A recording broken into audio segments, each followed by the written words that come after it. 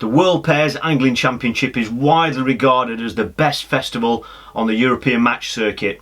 This video is a diary of how our event went this year.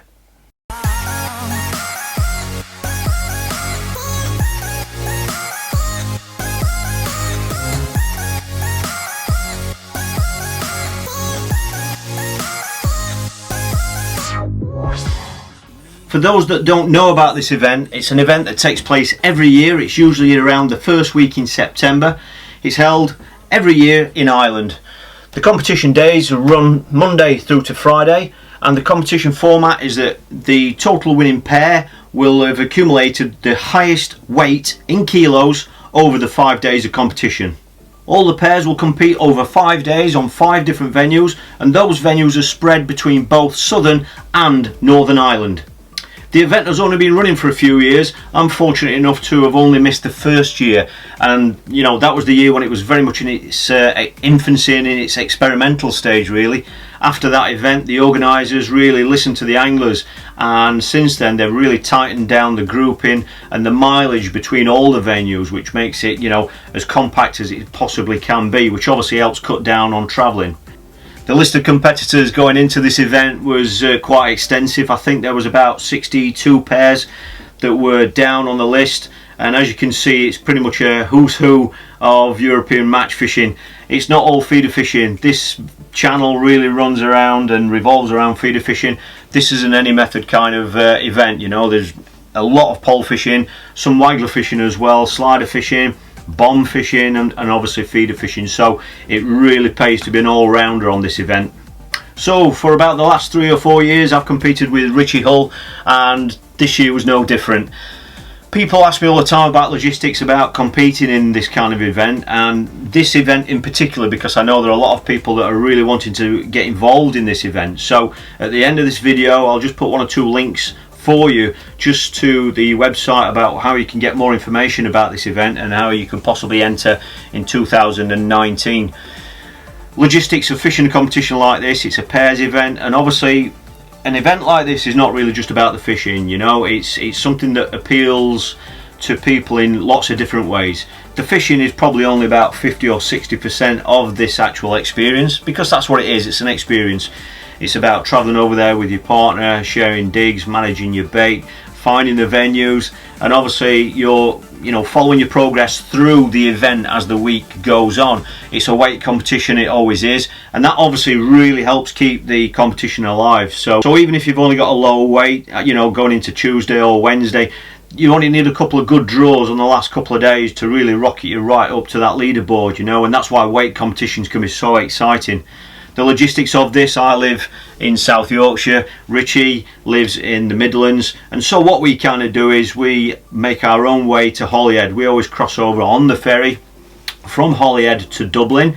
For me, in Sheffield, it's about 180 miles, so it's about a 3-hour drive, nice steady drive. And what we tend to do is we always have the same routine now. Richie drives up from the Midlands, we meet at Holyhead, I leave my vehicle there, I transfer all my kit into Richie's van, which is ample for 2 lots of kit, and then we travel over on the ferry over to Dublin, and then from there it's about a 2-hour drive, something like that, up to the digs where we always stay, which are just outside a little village called Ballinamore.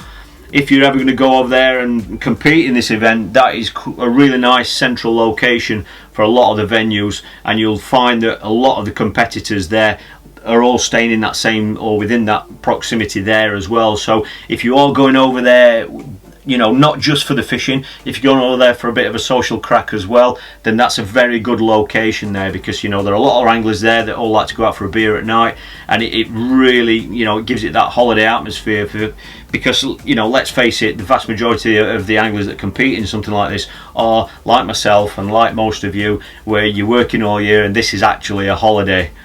So we had a bit of a delay the night before. We found out that the ferry was delayed due to technical issues, so we actually had a later crossing than planned, but we didn't care. We just wanted to get there. We couldn't get there quick enough, so I met Richie at Holyhead early on the Saturday morning, and then it was just the 4-hour ferry over to Dublin.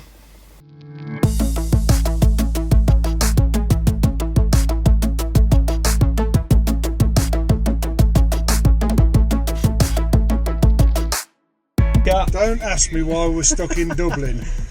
And we're watching Baby Match This live weighing. So, first to congratulate you, Dave Bailey. Well done, mate. Congratulations, pal. Top result, that, mate. Well done, pal.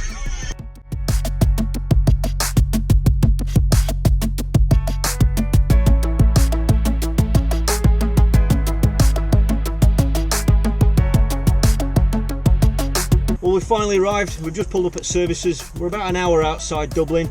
We've just hit all the traffic coming out of there, so that's not a big issue. We're not really racing up to the digs too quickly. We're going to just have a quick break here, and then we've got about another hour's drive up to the digs, where when we get there we should arrive there about, it might be about 8:30 I think tonight. So we'll just settle in, unload the van, put all the bait in the bait shed. Richie's got a little bit of prep to do for tomorrow's open match. Tomorrow's match, the draw is at the Tattle and Bait Shop in Enniskillen. It is at 8:45, so we're going to get up there nice and early. It's about a 45-minute drive from our digs, and we're going to get up there nice and early, have some breakfast in McDonald's, and then we're going to get a van draw, which means we'll basically draw a similar section to each other. So it just obviously means dropping off and sharing the same van. It just makes it a lot easier. So that's tomorrow's open match. So we're going to have something to eat here, get up to the digs in about an hour, and then just unload the van and get settled in and look forward to tomorrow's open match.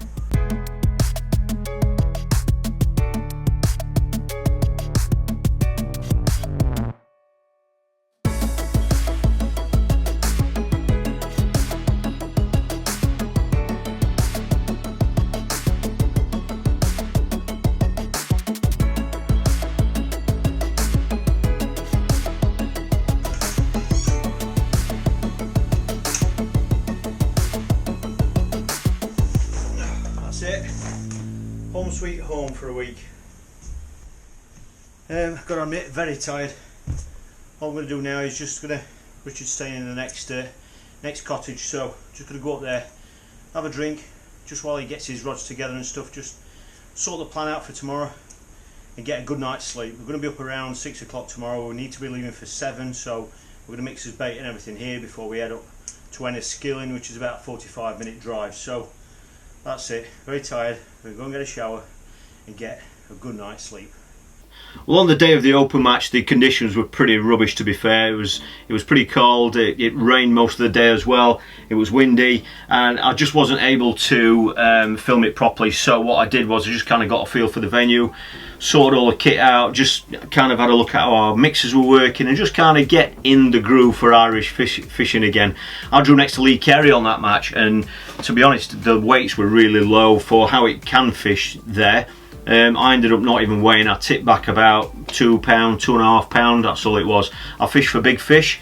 I'm pretty confident in going there and fishing for bites, but I just wanted to see if there were going to be any big fish in that area. I didn't catch any, and I don't think I saw any decent fish caught. Lee Carey fished just a really nice tiny match on my right, and he just kind of fished for bites. You know, he fished nice and steady. And you know, he fished in a style where it was just kind of going to winkle out anything was there, and he had the top weight for the few pegs that we were in, I think, but that was only about 5 kilo, but that was a really good weight on the day. So that was it. We were kind of settled into it. Through this video diary, I'll be telling you just hints and tips about, you know, the kind of kit that we use over there, the mixers that we like to use, and just little bits and bobs that you guys are asking about all the time that are interested in fishing an event like this. Because I get asked all the time. Obviously it's a big step for a lot of people, and having not done it before, this will obviously help you out with a few kind of hints about the kind of kit that you're going to need to go over there and compete. So I'll be trickle feeding those out through the progress of this video. So after the practice day, it was Sunday night, we headed off to the draw. The draw is done on Sunday night, and that is where you draw your rotation for the week. That will tell you what counties you're going to be visiting each day, and that can really be an exciting evening, purely because it's the main time that you're going to get to see everybody who's competing in the event, because an event like this, you're all heading off on different rotations, different venues, so unless you're really in the same rotation as certain other anglers, you might not see them a lot of the week, purely because they're in other areas of Ireland fishing, in their rotation. So Sunday night's a really nice evening, you know, it's before the competition started. You can have a catch up with a lot of people you haven't seen for a long time. Sometimes this might be the only event where you see them, so that's a really nice social occasion as well. And obviously you've got the added excitement of the draw. We got the draw, we got the rotation, so straight away we kind of just had a quick beer, and then it was just back to the digs, just look at our kit and just sort it out for the venue that we were heading to the following day. We were going to be using mainly the same mixes throughout the week, the same mix we've used for the last 3 years, and that is a 50-50 mix of Pro Natural Dark and Pro Natural Bream. The Bream is one that I get asked about a lot. A lot of people know the Pro Natural Dark just because it's a nice dark mix, it's a cereal based mix, and I know a lot of people use that over here in England for fishing for roach and on the rivers and that sort of stuff. The Bream is not one that a lot of people tend to use as much, and I think, you know, a lot of people are missing out on that. It's a fantastic brasm smell to it, you know, it really is, that's what it is, it's for targeting bream. And I like to use this with Pro Natural Dark. It's a cereal mix, so there's no fish meal in it, but like I say, for that brasm content, if you're an old school brasm fan, like I know a lot of you are, then that is a really nice mix to use over there. And like I say, mixing it with the Pro Natural Dark, just add some hemp into it, some more brown crumb that's in there as well, some molasses which is in the Pro Natural Dark, and it darkens it down a little bit. If you're a fan of darkening your mixes down, probably just see the colour of that there. If you're a fan of darkening your mixes down in clear water, which is like what you face with in Ireland, then that'll obviously do your confidence a world of good as well, mixing it with the Pro Natural Dark. You keep that brasm smell, but it really darkens it down nicely. Day one soon came round. I drew a section I'd never fished before. I was at Loch Sker. I was on the end peg, the right hand end peg, and you know, I've got to admit, it looked fantastic. We know there's a lot of fish there. I've drawn on the other side of this loch the previous 2 years and done quite well. I think I was second in the section last year. The year before I won the section. I was about third in the county by about 200 grams. It was really close. And just to give you an idea of what that was about, last year I think I caught about 9 kilo of small fish on the pole. This, when I draw here, it tends to be the only day of the week when I fish with a pole. And the previous year I had 13 kilo all on the pole as well, 160 fish, roach, hybrids, roach, and that sort of thing. So it's very much a small fish loch, this one, and it really lends itself to pole fishing.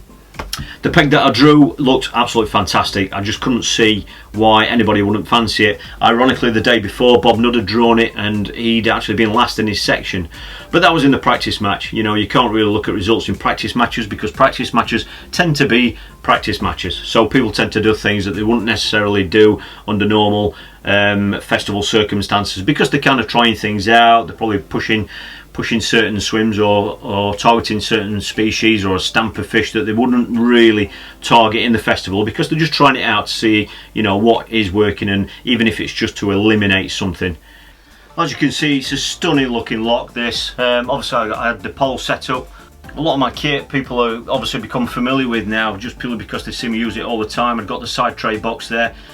Fantastic bit of kit to use over in Ireland, you know.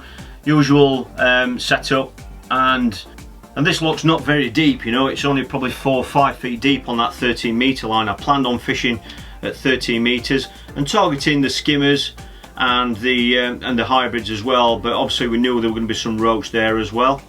I expected worms to play a big part in this section because we were targeting skimmers, so what I did was I chopped up 3/4 kilo at the start. I was pretty sure we were going to be using them all, and as you can appreciate, when you're targeting small fish as well, then worm can be very, very good on the hook, just purely because it's so durable and you can catch, you know, several fish on each one.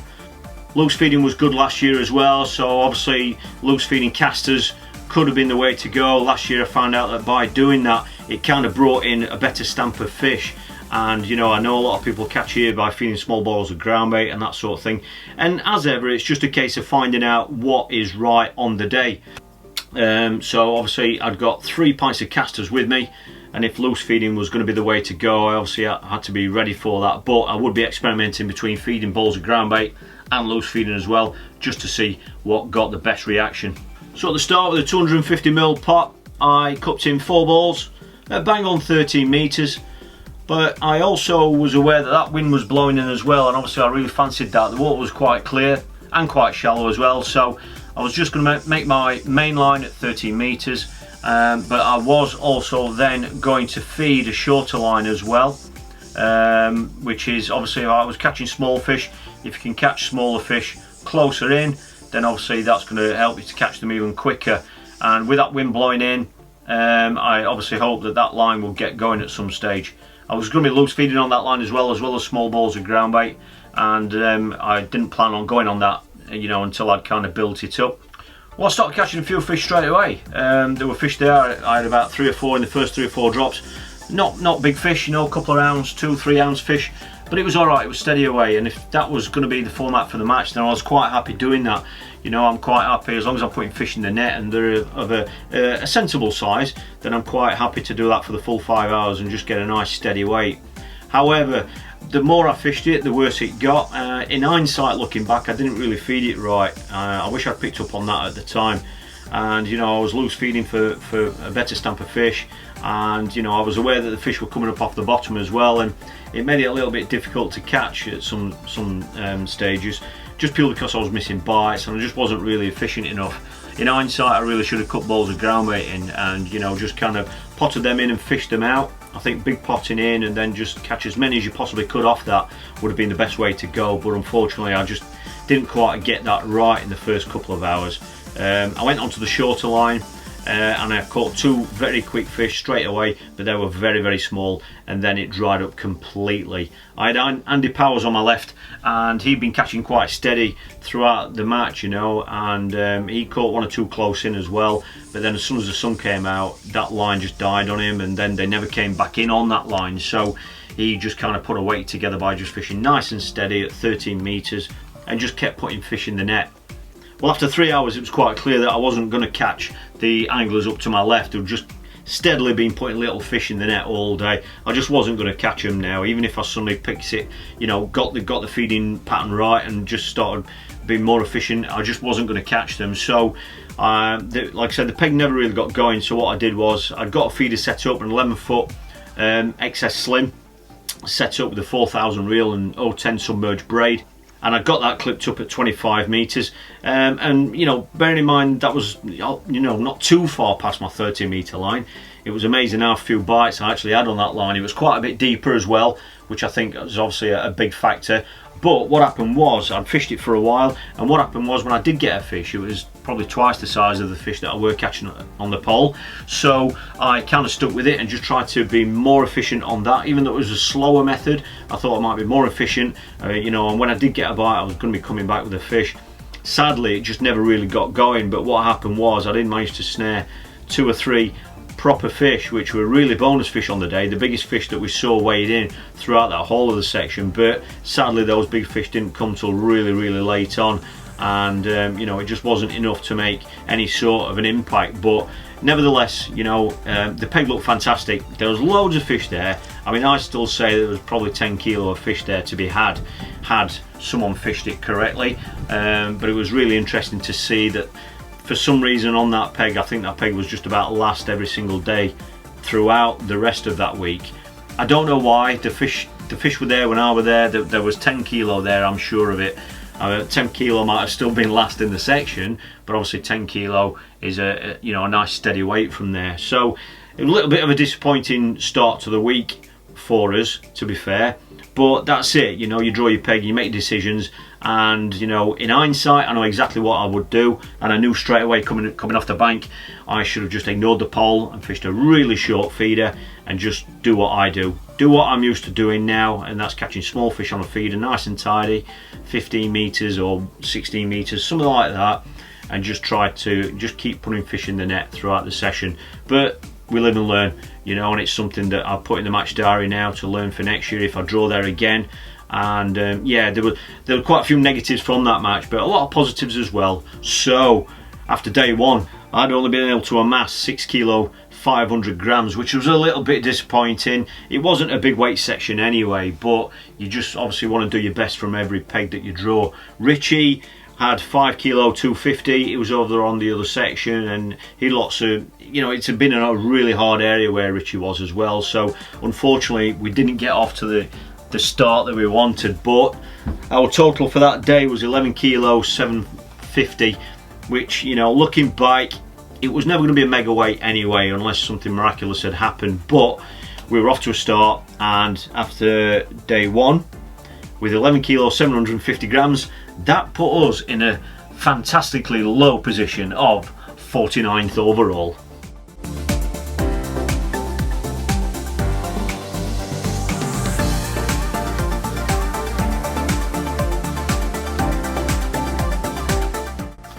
Day two was quickly upon us. I was off to Killadees, and I actually drew the same peg that I drew last year, which was peg 10. Now last year, peg 10 was, there was a gap to the left, so you know, I had a pretty decent weight from there last year, and I was really pleased with that, especially with the way that I caught them. But obviously there was, you know, a few pegs spare to my left anyway, which obviously you would expect to help.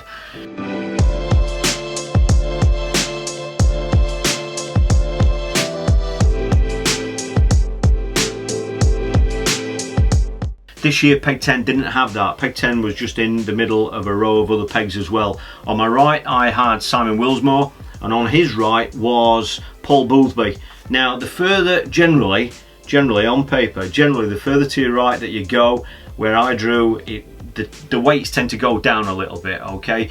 Now I just went to it to fish exactly the way that I fished it the previous year. I didn't set the pole up with me. I don't think I even took it to the peg, and it was just going to be an out and out feeder approach, mainly for hybrids. All I did was I set up a couple of rods to tackle two different depths, not ranges.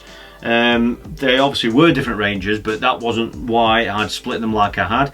I'd got one in slightly shallower water, and then one much further out in 60 meters, or at 60 meters, in about, I don't know what the depth was out there, about 11 or 12 seconds.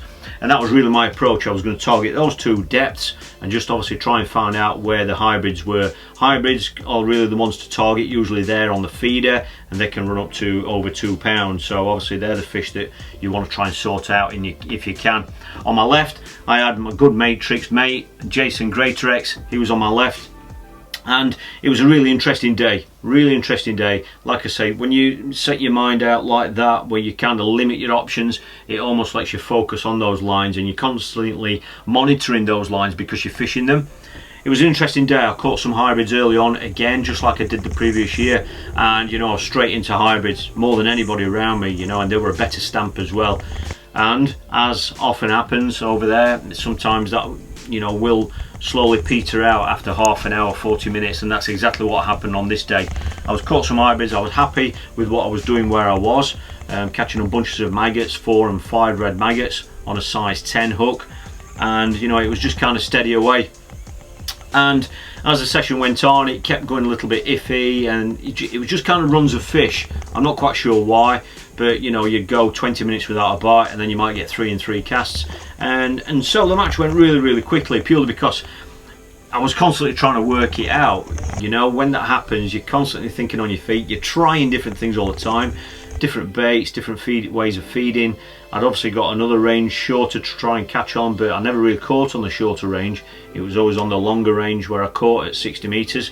And you know, the kit that I was using there was dead easy to use at that range, 60 meters. It was the Horizon XD 4 meter. This is a key bit of kit for when you're fishing over in Ireland. A lot of the times you can get away with a 12-foot rod and really fish it nice and tidy, but sometimes the conditions can be a bit, you know, severe over there. As you can imagine, sometimes there might be 2 or 3 miles of water in front of you, and when that wind gets going, it can really be severe. And a rod like this, a 13-foot 4 meter rod, really is important to take with you if you are going to go over there. I always couple that over there with the feeder 5500 reel. It's just a really nice size to use over there. Obviously a 5000 reel would be just as good, but this, with it being a little bit bigger, it's just got a bit more cranking power because especially when you're on fish, you're casting repeatedly, and some of the fish are big fish as well, and you really are cranking some of them in. So that kitted with 0.10 submerged braid and an 8-pound shot leader was fantastic on that day. And obviously you've got a selection of tips as well. You know, usually it might be 2.5 ounce if the weather's, you know, against you a little bit. Great bit of kit over there, and that's really the main line that I caught on that day. Well, if anybody watched last year's video, peg 10, Killadees, drawn it again. Slightly different this year. Last year these pegs to my left weren't in, so this was, you know, an end peg. It was a bit of a gap. That's not been the case this time, so there's been anglers all the way down here. My next angler is Jason Greatrex, one of the Matrix anglers that a lot of you know. On my right has been Simon Willsmore, brilliant angler, all rounder, everyone knows that. It's been a bit of a battle, to be honest, with Simon.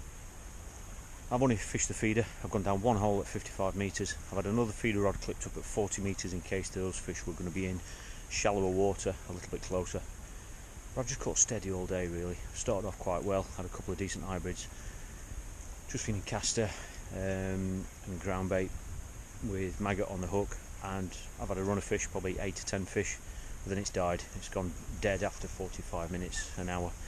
And then it's been a bit iffy then for about 3/4 of an hour, something like that. I switched to a cage feeder and I've suddenly started catching roach. And I could see up and down the section that, you know, there aren't been that many fish caught anyway, so I've just kind of stuck at it, catching roach, just catching anything, any hybrids, what came along. I haven't had any really big hybrids. Jason's had some really nice hybrids. He's had to sit and wait for bites, but when he's got one, it's been a good stamp. And Simon's caught, I think he's caught about the same as me. It looks like we've been fish for fish most of the match. But we had a target of 10 kilos on this peg today, myself and Richie. So I think I've got that. Let's just hope Richie has got a good weight as well to go with it. So the scales are just coming up now, so let's find out what I've actually weighed. My finishing weight was 17 kilo 350, which I was really pleased with. I thought I got a little bit more, and had I not had so many quiet spells, that could have easily been a lot more than that. That just beat Jason on my left. Jason had fished very different from me in the sense that he'd fished bigger baits and he'd sat and waited for bites, and what he did worked perfectly for those better stamp hybrids. I fished slightly different, and I've had quite a few more fish than he has, but a lot of them were smaller fish, so his approach really worked well there. And on my right was Simon Willsmore. I think Simon had about 15 kilo, I think 15 kilo, I think. Simon had a mixed bag. He put a pole line in as well. He caught some fish on the pole and he caught on the feeder as well. The standout weight to my right was Paul Boothby, who fished a fantastic match. He started on the feeder, he's caught a few fish, but he was one of the brave souls to set up a long pole and feed it religiously, and when he's gone on it, he's caught roach straight away. And whilst we thought those roach were smaller than what they were, he had 200 odd of them. He caught them right to the end of the match. He had a fantastic weight and he won that top section on the pole, so that's really an eye-opener for next year if I draw that section again.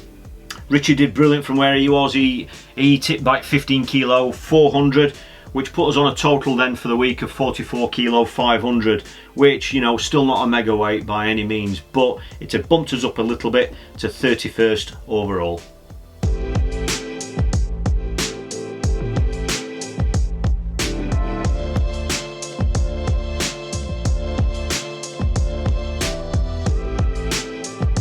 Well, day 3, sun came round and I was off to one of my favourite sections in Ireland. I'm not quite sure why it's my favourite, and I drew the end peg.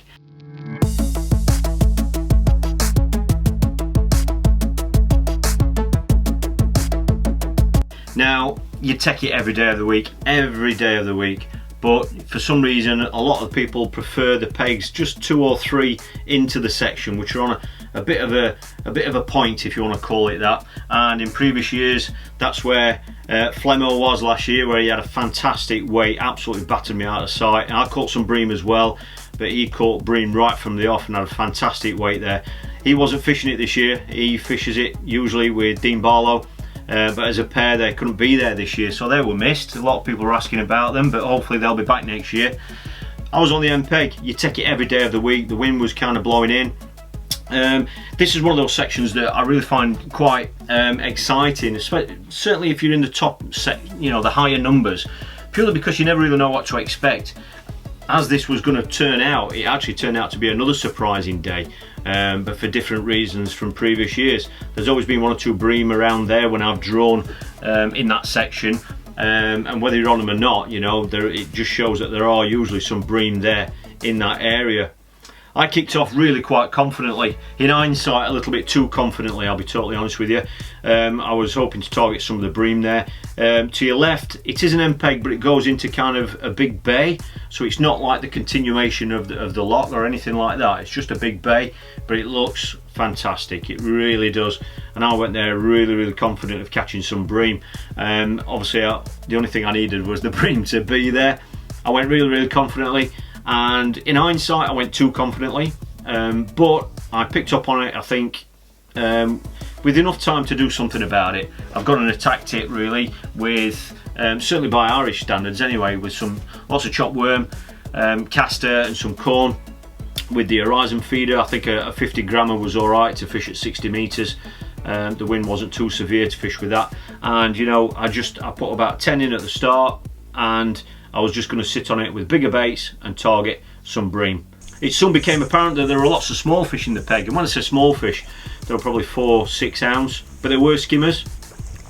And over the course of about an hour and a half, it became quite clear that, you know, there weren't any big fish there at that moment. And in hindsight, I really wish I'd just fished for bites at that stage and just really caught anything that came along.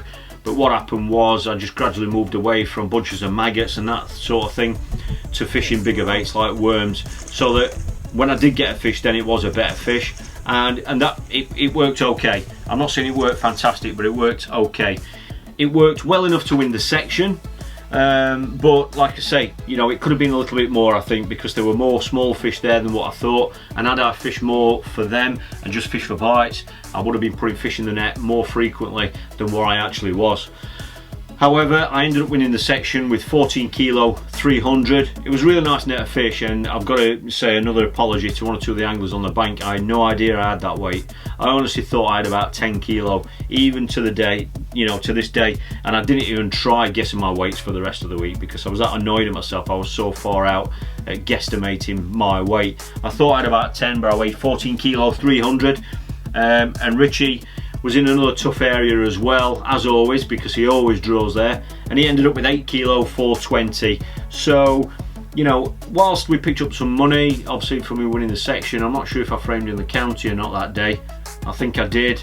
I'm not sure exactly what it was, but I had a county prize as well, because there are county prizes. For those that don't know about that, there are sections within the county. So, for example, I won my section. That section is in with other sections which are in the same county. The top 3 in each county gets paid out as well. So that's like an additional pool as well that you can pick up on the day. And because, you know, you can pick up so much doing that, you only really need to win your county one day or whatever, and you get quite a chunk of your expenses back. And that's why this kind of event is so exciting. It's been really difficult to film, but I can't believe it, my fish have actually gone 14 kilo. There's a boatman now.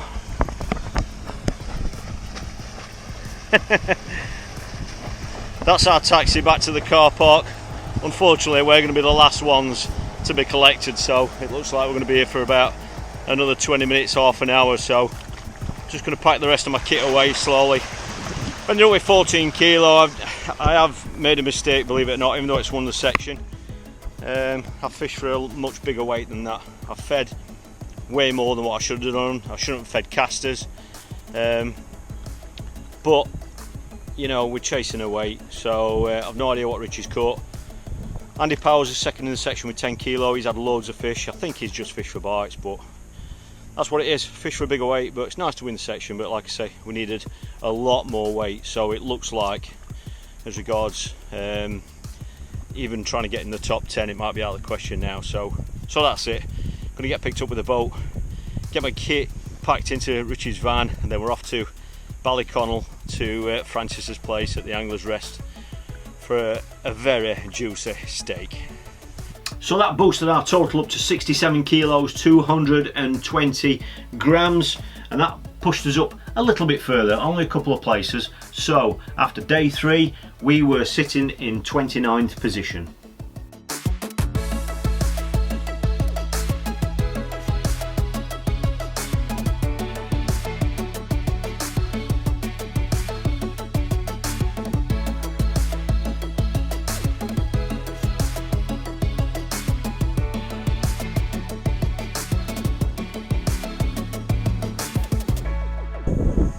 stunning Connolly shore. I've got 3 rods set up. I'm not going to fish a pole. I've got one clipped up at 18 metres. That's obviously going to cover that pole range. I think it might be roach today, not skimmers. I think they catch more. I've heard they catch more skimmers down here, down to the right in the lower numbers. But I think where I am, which is here, it shelves up. It goes a lot shallower here, and that's why it's more roach. So I've got a rod clipped up. It's a 3.3 metre slim at 18 metres. I'm going to put 4 balls of ground bait on that at the start, laced with casters, and then I'm going to start fishing at 40 metres. That's going to be my main line. 30 gram feeder. Just going to fish maggots and just see what's there, catch anything. Obviously if there's some skimmers there, then I can think about catching them, but I'm just going to fish for anything. And then I've got another rod clipped up at 55 metres in case the fish are further out. But that's it, nice and simple. There's no ripple or anything on it, but I heard it was like this yesterday and they're still caught. Chris van der Vliet again, next peg. Paul Boothby, next one down. I think we're going to get plenty of fish, but me and Richie obviously need a good weight, so I'm just going to stay nice and positive and make every bite count. Just try and make sure I come back with a fish every cast.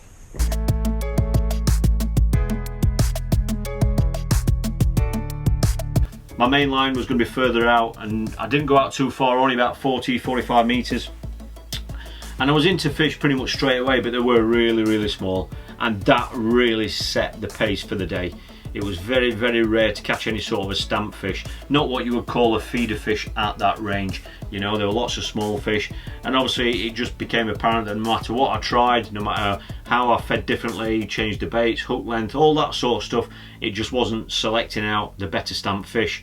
So I obviously focused on the short line, then on the pole, and whilst I caught a few fish on that pole line but with a feeder, you know, it just really wasn't efficient enough. You know, I was missing bites, the bait was getting done, I shortened the hook length and then I couldn't get bites because that seemed too short. The anglers around me were catching on the pole, and you know, over the course of an hour or two it just became clear that I was never going to be competing with them, you know, with the speed that they were catching on the pole as what, you know, I could on the feeder. On my right was Chris van der Vliet, and he was doing really well. He's just been steady away, catching on the pole, just kept putting fish in the net. A lot of them were very small, but he kept putting them in the net, and obviously over 5 hours that really adds up. On his right was Paul Boothby, and he had another fantastic day catching on the pole as well. So it very much turned into a pole match on that section just there where I drew. Going into the last hour and a half, I thought I need to do something just to try and claw back some weight. So I've started feeding more chopped worm and some castor as well, with worm on the hook. And they just kind of, the fish seem to be holding on to the worm a little bit better than they were with the maggot and castor and all that sort of stuff. And I ended up putting a load of perch in the net. They weren't big perch, they were only small, but it really boosted my weight, probably doubled my weight in the last hour and a half, and I really wish I'd twigged onto that earlier on in the match.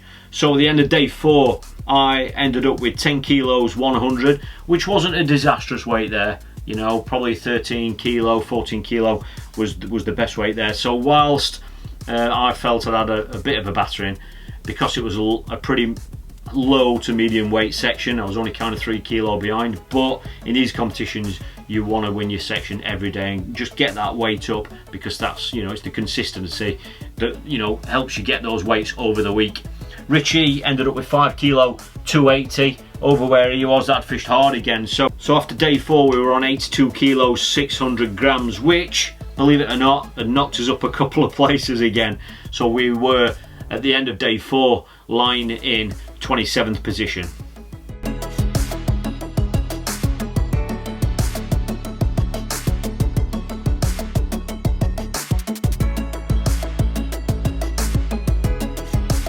Well, day 5, it's always a little bit sad, no matter how good you're doing in this event, going into the last day, because you've had such a good week. You know that it's the last day and you're going to be going home the next day. And I'm kind of thankful that I was off to Inishfabur, which is one of the islands there. Now this is an island that doesn't get fished too much, you know, it's only accessible by boat, and the organisers of this event obviously arranged the boats so that you know, there's one for your tackle and then one for the anglers. We all wear life jackets and head off over to the island.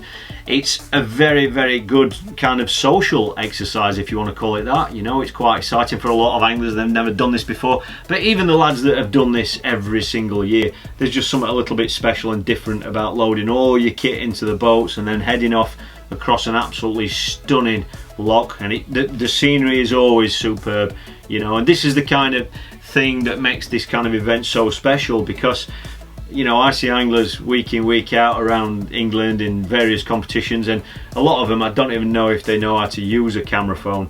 But this is the occasion when all of a sudden somebody who you've never even seen with a mobile phone suddenly gets one out and starts taking pictures, you know, to show his family and friends when they get back home, or put them on Facebook. And that's just kind of, you know, it's the kind of thing that makes this kind of event so special. So I was really pleased to be going over to this island on the final day. You know, it just kind of finished the week off really nicely. This island has been nicknamed in the past Roach Island. You probably can guess why, because there are times when it's absolutely full of roach. I think I've only ever fished over there once before, and you know, I'd pretty much got a plan that, you know, we thought we were pretty much out of it without an absolute massive wait for both of us on the last day. There was no way we were really going to frame, so we just went to kind of really enjoy it, but to just get our heads down, try and catch loads of fish and have a great finish to the week.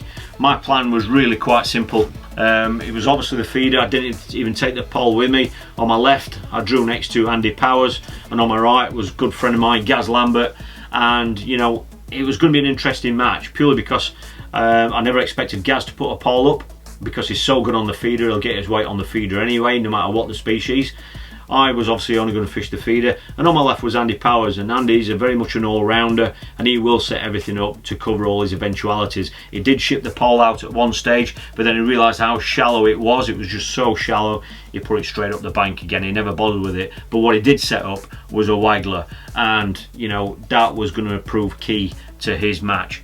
I was going to target roach, and because we were expecting to catch roach in numbers, I put a line in at 30 metres, and whilst I had a bigger rod set up, like the 4 metre Horizon XD, I had that set up to fish further out if we were going to be targeting the hybrids. If there were some hybrids in the deeper water, the big hybrids, if they turned up, I'd obviously got kit to target them. But my approach really was going to be around roach and just kind of catching as many as I possibly could, and that's exactly how the match panned out for me. I had a really nice day. It was pretty much of a slow start, and it took a few tweaks just to kind of get bites coming. I had to change my mix a little bit, you know, add a bit more water to it, and change the feeder, change the hook length and the hook bait as well, and little things like that, the way that I was feeding. But gradually the peg got stronger and stronger, so that after about an hour and a half, 2 hours, I was really catching really steadily. I missed a few bites early on, but once I tweaked the rig a little bit, I kind of, you know, started hitting almost all the bites, and a lot of them were really nice roach. You know, the roach that in England you definitely net them. In Ireland a lot of lads would swing them, but there were some that I would just, sometimes if you get it set up right, you can net fish and get them in the keep net just as quick as, or almost as quick as what you can when you're swinging them. And I saw a few lads, you know, dropping fish off, trying to swing them and stuff, but I had a really nice day where I could just get my head down, focus. Once they turned up on that line, just kind of focus on getting that right. Because when you're fishing a line like that, you're constantly monitoring it. I've said it before, you monitor it, you know how many fish there are, you get an idea of how much feed they want, because you're on it all the time. And you know, it had some really good spells. People have asked me about fishing for roach at short range. Submerge, this is 0.08, I use 0.10 here in Ireland, just purely because a lot of the venues are kind of rocky and snaggy, so you've just got an extra little bit of diameter there and strength just to kind of make it more robust if, you know, there are any snaggy areas. Loads of people ask me about hooks when they're targeting different species over there. You know, there's lots of people using different patterns of hooks, and you know, you don't need to take a massive selection. But I mean, that, you know, holds loads of hooks, and you don't need to carry as many as that, because a lot of the hooks, the venues, whilst the different venues, the target species and the way that you catch them is very similar. So, you know, and don't forget you've got the evenings as well, if you want to just tie 10 or 15 up each evening. I don't like to do that. I like to do all that before I go, because your evenings are, you know, it can be tiring enough to by the time you get back to the digs, have something to eat. I don't really like to be tying hook lengths, but sometimes you have to. But things like that just make this trip a lot more enjoyable just by being prepared. And that's what happened on this particular day. I got loads of different hook lengths, different size hooks, all made up. I could quickly change them just to find out what was right. The peg ticked over really nicely. I ended up with 21 kilo 450, just about all roach. I think there might have been 2 or 3 hybrids in there, but they weren't, you know, the great big things, but loads of fish. Really enjoyed it. So 21 kilo 450, really enjoyed the end to the week. Richie, where he was over on Horse Island, it didn't quite fish as well as what we'd hoped, but he still had a great weight of 10 kilo 500. So that finished us off for the week with a total boosted weight of 114 kilos 550 grams, which, you know, it's a healthy week's fishing. It's really enjoyable, and that bumped us up. It bumped us up. We were in 27th place going into day 5, but at the end of the competition, by Friday evening, we were in 18th. So we finished in 10th last year. So it's only, I mean, we feel like we had a really poor week, to be fair, but we were only a few, you know, places off where we were last year. But it always leaves you wanting more. You can always look back and find a kilo here, find a kilo there. Now, it's all right when you're in your section, your zone, and saying brilliant, you beat all these anglers. But if it's a low weight section, then it's not doing you any good in the overall standings as regards accumulating that weight that you need to succeed in this kind of competition.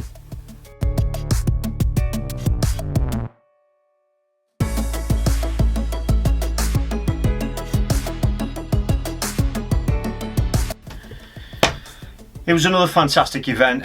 I still strongly believe it's the best festival on the calendar. I really do. And to anybody thinking about getting involved and just having a crack at this event, please send me a message.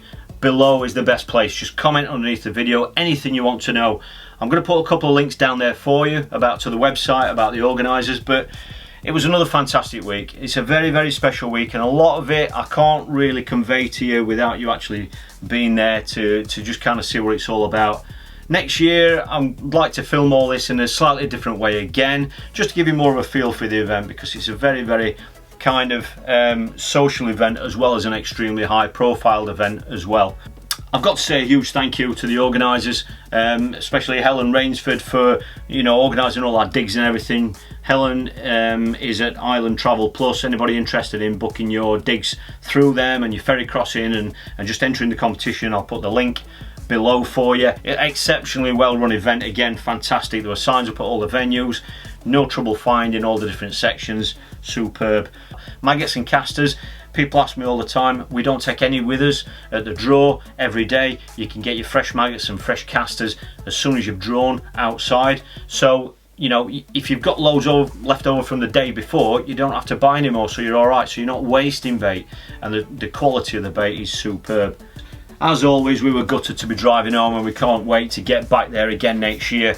Anybody would like to know any information about how this trip went, any of the details that I've missed, any bits of the kit, I'll list the kit below for you. Alright, so, and that'll send you a link to the website to show you about the bait, the tattle that we used, you know, the ground baits and all that sort of stuff. So anybody interested in that, just go beneath the video and all the links are there for you. So I hope you've enjoyed this little insight into how our event went this year. You could probably tell they were a little bit disappointed that we didn't frame in the top 10. I think we should be able and capable of getting in that top 10 every single year, purely because with it being a weight competition, it's just a case of when you do draw on a few fish, that might be once, twice, 3 times in a week, then, you know, if you get it right, you should be able to get those fish out. And we all like to think that those good pegs do come round every now and then, and you obviously want to capitalise on it, and that's why it's such an exciting event. If you like videos like this, just hit that subscribe button and that thumbs up. It really does make a difference, and that way you won't miss out on any of the future videos. Hope you've enjoyed this little insight into how our competition went this year, and I can't wait to film next year's event for you once again. So thanks for watching, really appreciate it, and I'll see you all in the next video.